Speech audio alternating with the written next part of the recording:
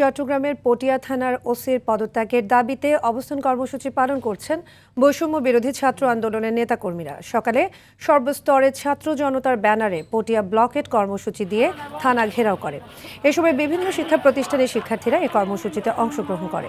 এরপর পটিয়া থানার সামনে থেকে বিক্ষোভ করে। চট্টগ্রাম কক্সবাজার মহাসড়কে পটিয়া বাইপাস এলাকায় দীর্ঘ 2 ঘণ্টা রাস্তা ব্লক করে ছাত্র জনতা। ওসি জায়েদ নূর সহ সংশ্লিষ্টদের অপসারণের দাবিতে এই কর্মসূচি চলমান থাকবে।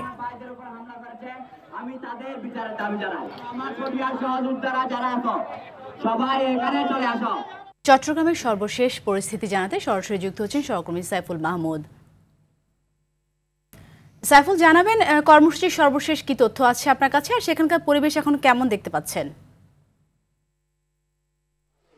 সাথী, আসলে যেমনটি বলেছেন, ঠিক এই মুহূর্তের পরিস্থিতির কথা যদি বলে থাকি তাহলে কিন্তু বলা হয় সারাদিন ভর আসলে যেই উত্তপ্ত পরিস্থিতি ছিল সেটা এখন কিন্তু শিথিল হয়েছে।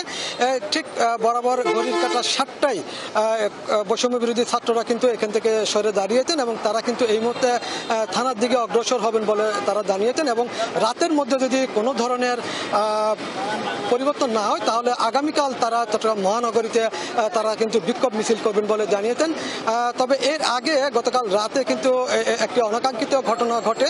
সেটি হচ্ছে যে বৈষম্য বিরোধী ছাত্ররা নিষিদ্ধ ঘোষিত ছাত্রলীগের এক নেতাকে তারা থানায় নিয়ে যায়। সেখানে ওসিকে বলে গ্রেপ্তার করার জন্য, ওসি গ্রেপ্তার না করলে এরপরেই কিন্তু আসলে দুই পক্ষের মধ্যে সংঘর্ষ হয় এবং সেখানে ওসি দাবি করেছেন তাদের 4 জন পুলিশ সদস্য আহত হয়েছেন এবং বৈষম্য বিরোধী ছাত্ররা দাবি করেছেন তাদের 11 জন শিক্ষার্থী আহত হয়েছেন, তাদেরকে বিভিন্ন হাসপাতালে নিয়ে চিকিৎসা দেওয়া হচ্ছে।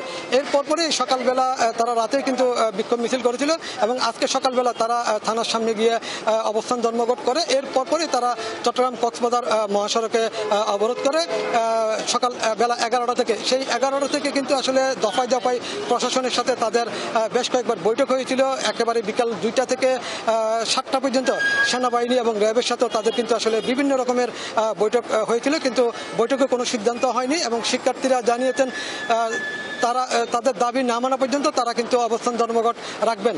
পরবর্তীতে শিক্ষার্থীরা সিদ্ধান্ত নিয়েছেন তারা 7টায় সরে যাবে, সেই মোতাবেক তারা কিন্তু সরে গেছে। এখনো এখানে র্যাব এবং সেনাবাহিনী অবস্থান নিচ্ছেন এবং তারা জানিয়েছেন আগামীকাল হয়তো তারা তাদের দাবি পূরণ না হলে তারা চট্টগ্রাম মহানগরীতে তারা আবার বিক্ষোভ মিছিল করবেন। সাথে এই ছিল আমার কাছে সর্বশেষ পরিস্থিতি ধর্মঘট নিয়ে।